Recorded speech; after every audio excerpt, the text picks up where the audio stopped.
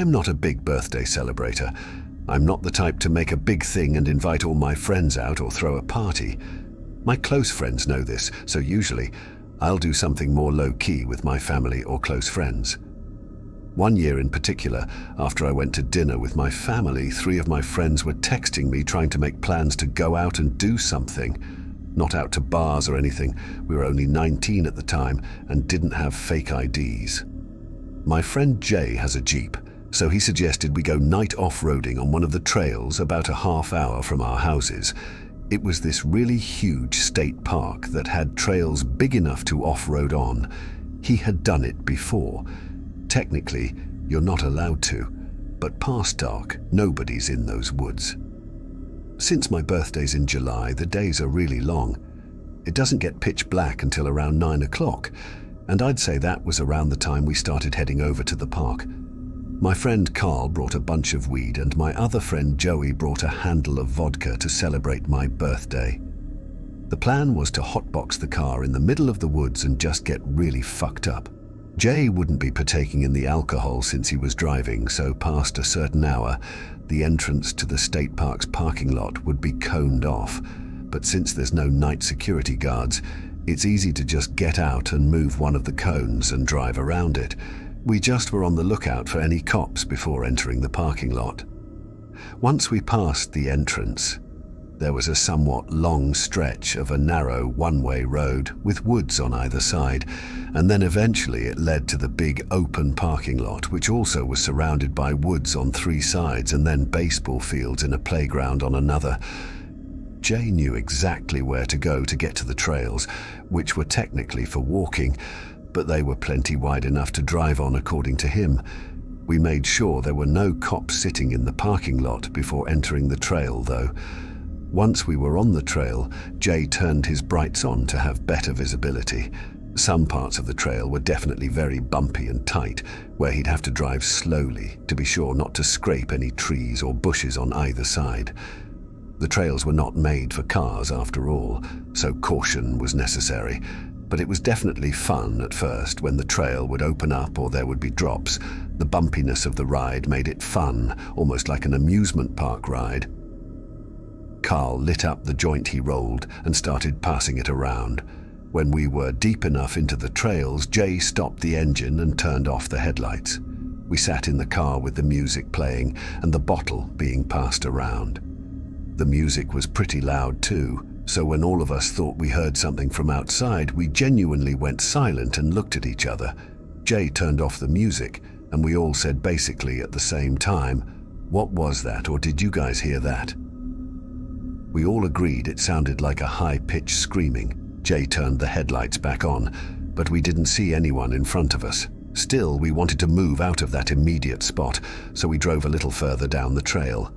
Once we stopped again, we agreed it might have been a female fox we heard. From here on, we hung out with the music a bit lower, and we were just chilling, making mixed drinks. At one point, my friends all sang me happy birthday really loudly as a joke. Eventually, I had to go pee, so I just got out of the car and took a few steps off the trail into the woods. Inside stream, I heard what I swore were footsteps nearby. I cut it short and went back into the car, telling my friends I heard footsteps. Jay turned on his headlights again, and he and I, being in the front seats, were the first ones to scream when we saw somebody standing about 10 feet in front of the car on the side of the trail. It was a woman with her hood up. We expected her to do something, but she just stood there. Jay rolled down his window and asked, "You all right?" The woman then backed slowly into the woods until she was out of sight. It was at this moment that Carl, in the back, somehow while zonked out of his mind, noticed something horrifying. I still remember the moment he said, "Guys, we're surrounded." And all of us started looking around in the woods, and there had to be at least 3 other people dressed in sweaters with the hoods up on different sides of the car, all looking at the car though. Mind you, this was not a cold night, it was the middle of July. They were all standing right off the trail in the woods. Carl in the backseat screamed, causing us to turn around and see a man standing right outside the back windshield looking in. The red glow from the taillights created this creepy red glow in the guy's deadpan expression. I screamed, "Get us out of here, just go." And Jay listened. He put the car in drive and went as fast as he possibly could over the various rocks and bumps in the trail. We were all freaking out, and the way off that trail took way too long. But when we finally reached the pavement again through another exit of the dirt trails, I know we were all relieved. Jay, the most sober out of all of us, told the rest of us who were either drunk or really high that we're going straight home. We've thought about whether those people were just a group of young adults hanging out deep in the woods like we were, but it wouldn't explain all of them just creepily staring at us, standing still. Nor would it explain one of them standing directly outside the back windshield looking inside the car, or the fact that they were all wearing hoodies on a summer night. We also realized that scream-type noise we heard most likely wasn't a fox after all, and probably had something to do with them. Either way, off-roading in those woods at nighttime was never an idea we floated again. I'll never forget my little sister's 5th birthday, but not for a positive reason. It was at a tea room type place that did princess parties for kids' birthdays. I didn't want to participate in any of the activities or princess interactions since I was worried about people thinking I was a baby like a typical tough 6th grader. Instead, I was playing on my DS in a chair in the hallway when a random woman approached me and asked, "Hey, you're Gloria's kid, right?" Gloria is my mom's name, so I told her, "Yeah, this lady tells me that she's my Aunt Sarah and that I was probably too little to remember the last time we saw each other." She started talking about how big I had gotten and asked how I was doing in school. I was pretty used to these kinds of interactions with relatives, so I didn't question it at all and gave the usual answers. Sarah then told me that she brought a large dollhouse as a birthday present and needed help carrying it out of her car. She told me that she also had brought another cake and offered me the first slice if I helped her. I was almost 12, so I was taught about creeps and the fact that this was an almost textbook kidnapping scenario. But like I said, these kinds of interactions were super common in my family. I also admit that I made the mistake of trusting Sarah more because she was a woman, so I agreed to help and followed Sarah out the back door. The car wasn't parked, it was still running with a man in the driver's seat.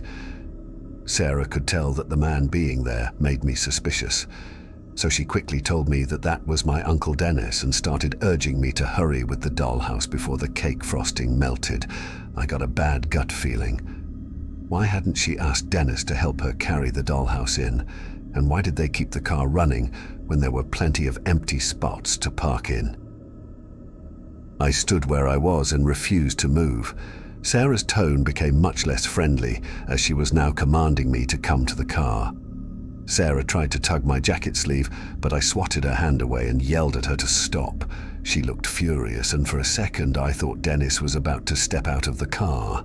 Thankfully, we all heard my mom and aunt loudly yelling my name. Sarah jumped in the car, and she and Dennis both took off. I ran through the back door and met my mom and aunt halfway inside. I immediately told them what happened. My mom hugged me and told me she was so sorry and that everything would be okay, while my aunt told the tea room workers. They basically put the tea room into lockdown and had all the kids gather in one room to make sure no one else had gone missing. Thankfully, no one had. The police eventually came to speak to me about what had happened. I told them as much as I could about Sarah and Dennis. The police officers I spoke to promised me that they would get back to me and my mom if they found out anything new, but we never heard anything back from the police about Sarah or Dennis, or whatever their real names were. As far as we know, they've never been caught. I still have no idea how Sarah knew my mum's name. I just try to be grateful that I'm okay and avoid thinking about what would have happened to me if I hadn't listened to my gut and had followed Sarah to the trunk of her car. My uncle is really well off and has a really cool house on the water with a huge backyard and pool, so for my 21st birthday, he let me use the backyard to throw a big party since he was out of town for the month anyway. Since it was my 21st and I wanted to go crazy, I invited all my friends and told them to invite all of their friends, just as long as they bring their own beer. The party started at 8. My uncle had a surround sound speaker system in the yard that was perfect for parties. I just plugged my burner phone in and put on a music mix that was good for parties. I told everyone that I invited to stay out of the house though, unless they were going to the bathroom. It was strictly a backyard party. I quickly realized there were more people than I was anticipating. Just all of my friends who I invited showed up with extra people accompanying them, and then on top of that, people I didn't even recognize were walking in groups together through the gates. I had to assume everyone here was invited by people who I invited, but when there were easily more than 80 people in the backyard, I started getting anxiety about the cleanup and potential damage I'd find tomorrow. I tried my best to keep an eye on who was going in and out of the house. It was a long night though. Being the birthday guy, I did get distracted often. The party got way more crowded before it started to slow down, and eventually police came and shut down the party because multiple neighbors complained, so I had to tell everyone to leave, except for a select group of my friends. There were about 10 of us left outside by the pool, and these numbers dwindled down until it was just myself and my friend Rob. My uncle told me I can't have anyone sleep over, but honestly, I didn't think it would hurt if only Rob stayed over. He was blackout drunk anyway, and would easily just pass out on the couch. I walked him inside, then went back outside to lock both gates, then locked the back door.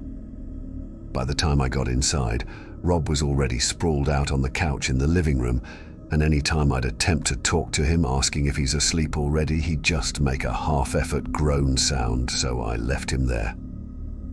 I checked the bathroom to make sure it wasn't too dirty, and minus a couple of empty beer cans on the counter, it wasn't bad. The cleanup wasn't going to be too bad tomorrow with the help of Rob. I went upstairs planning to sleep in one of the many bedrooms, wondering why my uncle was so strict with no one staying over when there's literally 4 extra beds. The 2 fancy stairways in the giant foyer led up to an upstairs balcony that overlooks the foyer, and then a bunch of bedrooms and 2 bathrooms and another living area. I brushed my teeth with my finger in the upstairs bathroom and went right to sleep. I was drunk too, so I fell asleep with ease. I woke up about an hour later, feeling really nauseous. I mixed way too many liquors. I had to run to the toilet to puke. After I puked, I walked back out into the upstairs balcony area, and I heard footsteps from down in the foyer. I walked over to the railing of the foyer balcony and looked down. I said, "Rob," and I saw a figure in the darkness below stop moving. I felt like I could see them looking up at me, but with how dark it was in the house, I couldn't see the person's face or any features. I then heard something from the living room downstairs. The sound of snoring just dawned on me that the person in the foyer wasn't Rob. I said, "Who is that?" thinking maybe it was just another party guest who maybe passed out somewhere drunk earlier, but they didn't answer. I heard more footsteps from the kitchen area downstairs. My heart started pounding now. I said, "I'm going back to sleep," pretending like I thought they were just party guests, and in reality, I was going back to the bedroom to lock the door and call 911 right away, but then I remembered Rob was down there. I had to try to warn him. I called his number and someone picked up. Before saying anything, I said, "Rob," at least 3 times. All I heard was breathing on the other end. I hung up the phone and dialed 911 now, and while on the phone and whispering to the 911 operator, the door knob to the door twisted around, and then there was a light knock on the door. I asked the operator in a whisper if I should say I'm on the phone with the police, and he said, "No, don't announce my presence." I asked, "What about my friend Rob?" And he paused for a second as if he didn't know what to tell me. Then he said, "Just wait in the room until the police arrive. If they think my friend is asleep, they probably wouldn't harm him." I could tell even the operator didn't really know what to do about that, but I figured that was the best option too. At this point, all I could do was wait in the locked room, waiting out the intruders until the police got there. The operator told me police were arriving now and that they would try the front and back doors.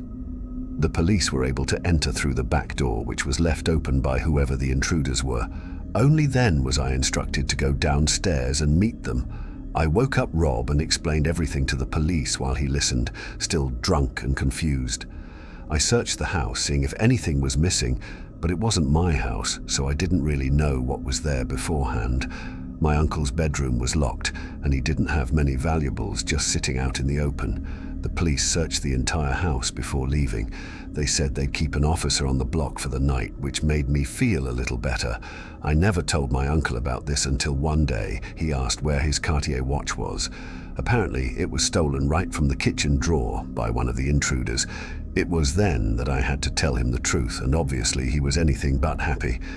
He never asked me to reimburse him for the watch, but he also never allowed me to throw any kinds of events at his house again, and I can't blame him for that. Subscribe to my channel and don't forget to turn on notifications to see you in the next story.